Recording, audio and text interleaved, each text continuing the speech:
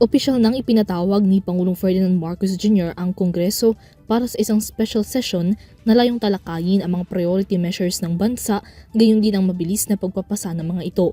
Sa bisa ng Proclamation No. 1318 na inilabas ngayong June 15, nagpatawag si Marcos ng special session ng Kongreso sa Miyerkules, June 17 upang padaliin ang pagpapasa ng mga pangunahing panukalang nakasentro sa social protection at pagtugon sa mga pangangailangan ng mga Pilipino, lalo na sa gitna ng mga sakuna at kalamidad. Ayon kay Marcos, hindi tumitigil ang pangangailangan ng mga Pilipino kapag walang sesyon ang Kongreso. Kaya aniya, sa gitna ng mga kinaharap na problema ng bansa, mas lalong kailangang umaksyon ng pamahalaan.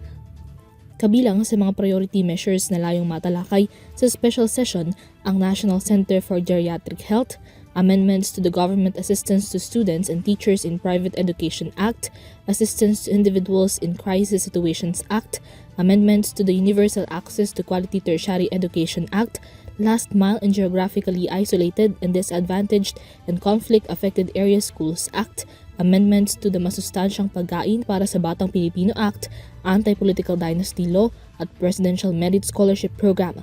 Bukod sa fast-tracking ng priority measures, layon din ang special session na mag-convene ang commission appointments upang aksyonan na ang appointment sa gabinete, military at foreign service. Matatandaan na sinabi ng Malacanang nais muna ni Marcos na magkaayos ang Senado bago magpatawag ng special session, lalo't ang hindi pagkakasunduan ng mga mambabatas ay negatibo lamang ang magiging epekto sa serbisyo ng pamahalaan. Hanggang ngayon, nananatili pa rin ang debate kung nakanino ang lehitimong liderato ng Senado at may mga question pa rin sa validity ng naging quorum noong June 3. Sa kabila nito, tumugon na ang Senate Majority Bloc sa tawag ni Pangulong Ferdinand Marcos Jr. na manumbalik na ang Kongreso sa trabaho at tumugon sa tawag ng mga mamamayan. Sa isang opisyal na pahayag, sinabi ni Senate Majority Floor Leader Mig Zubiri na handa ang mga miyembro ng mayorya na makiisa sa special session sa June 17 upang aksyonan ang mga panukalang batas na pinakanangangailangang maipasa.